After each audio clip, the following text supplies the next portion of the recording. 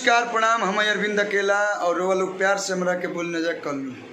और अभी हम बानी अपना छोट भाई, कहीं भाई छोटा है लेकिन बहुत टैलेंटेड है, बहुत बड़ा म्यूजिक डायरेक्टर है मेरा भाई, जिसकी जितनी तारीफ करूँ कम होगी। ये देखिए, ये हमारे प्रियांशु सिंह जी, प्रियांशु।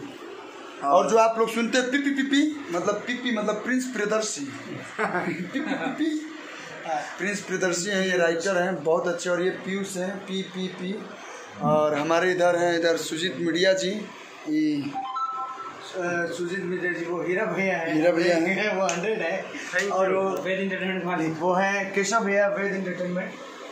ई भाई के रमन है, बहुत अच्छा लिखता है। रमन जी ये लिखते हैं, भगवान करे बहुत अच्छा गीत लिखे हैं। इनको देखिए। और ये हम लोग के प्रोड्यूसर ये है सूर्य। हेलो। बहुत ही ज़्यादा इनसे प्यार मिलता है। हाँ, गाना अगर लेट थोड़ा हो जाता है तो बोलते तुम गाना रख लो, हम नहीं लेंगे लेकिन बहुत प्यारा भाई है। और आज तो इसका गाना हर जगह बज रहा है, ये आप लोग का प्यार है। तो हमारी टीम आ रही है सावन में एकदम एक से बढ़ के एक गाना लेके।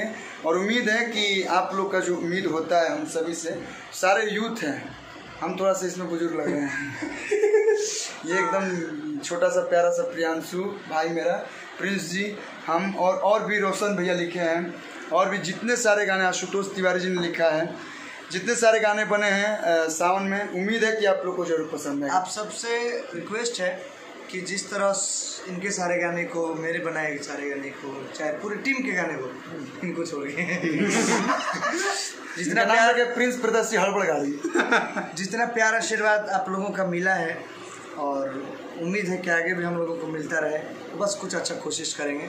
दिन प्रतिदिन बढ़ता रहे प्रेम आप लोग का, जैसे गंगा जी बढ़ियाली, उससे हमने के ऊपर प्यार बढ़ावत रहे लो। और हमने के पूरा कोशिश कर जाए आप लोग के हमेशा मनोरंजन कराओ, तो अच्छा गीत लाओ। जय Prince Priyanshu Singh, music director. Ashu